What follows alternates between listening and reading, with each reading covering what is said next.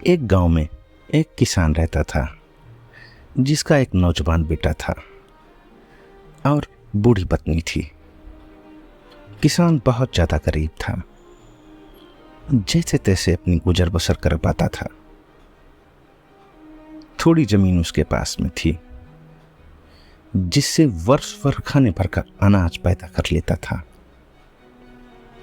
एक गधा उसके पास में था जिसका उपयोग वह शहर के बोझ ढोने में करता था।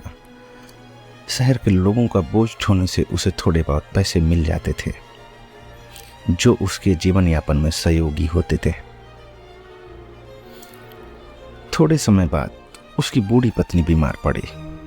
बीमारी बहुत ज्यादा गंभीर थी, इसीलिए किसान की चिंता भी बहुत ज्यादा थी।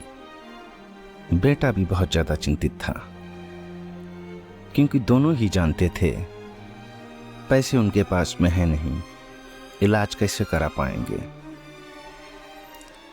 पूरी रात चिंता में बीत गई। सुबह होते ही लड़का घर से बाहर निकला तो उसकी निगाह सामने बंधे हुए गधे पे पड़ी। उसके मन में ख्याल आया, क्यों ना इस गधे को ले जाकर शहर में बेच देते हैं, जिससे थोड़ा बहुत पैसा मिल जाएगा और उस पैसे से माँ का इलाज करा लेंगे। उसने सारी बात अपने पिता को बताई। पिता ने पुत्र की बात सुनी और उसने सोचा इसके अलावा कोई चारा भी नहीं है उसके पास में। पुत्र ठीक ही कहता है, हम इसको शहर में बेच देते हैं। और सुबह दोनों उस गधे पर सवार होकर शहर की तरफ निकल दिए। वे गांव के बाहर ही पहुंचे थे कि कुछ लोग उनको मिले और कहने लगे, कितने निर्दयी लोग हैं ये, जो इस गधे पर सवार हैं दोनों, और ये गधा उन दोनों के बोझ से दबा और मरा जा रहा है। कतई भी जीव के प्रति दया नहीं है दोनों को। दोनों ने उनकी बात सुनी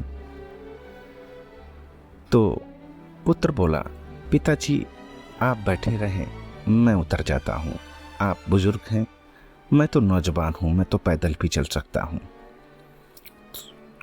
पुत्र उतर गया और साथ साथ चलने लगा।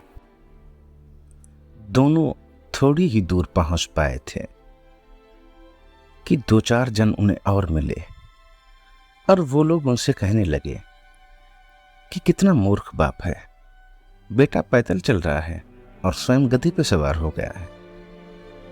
पिता ने ये बात सुनी, उसे बहुत खराब लगा। उसने बेटे से कहा, तू बैठ जा, मैं पैदल चलता हूं। बेटा बैठ गया और पिता पैदल चलने लगा।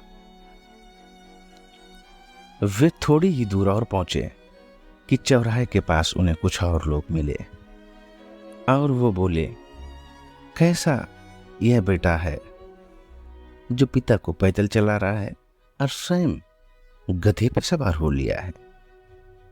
बेटे ने यह बात सुनी और पिता ने भी बातें सुन रखी थीं।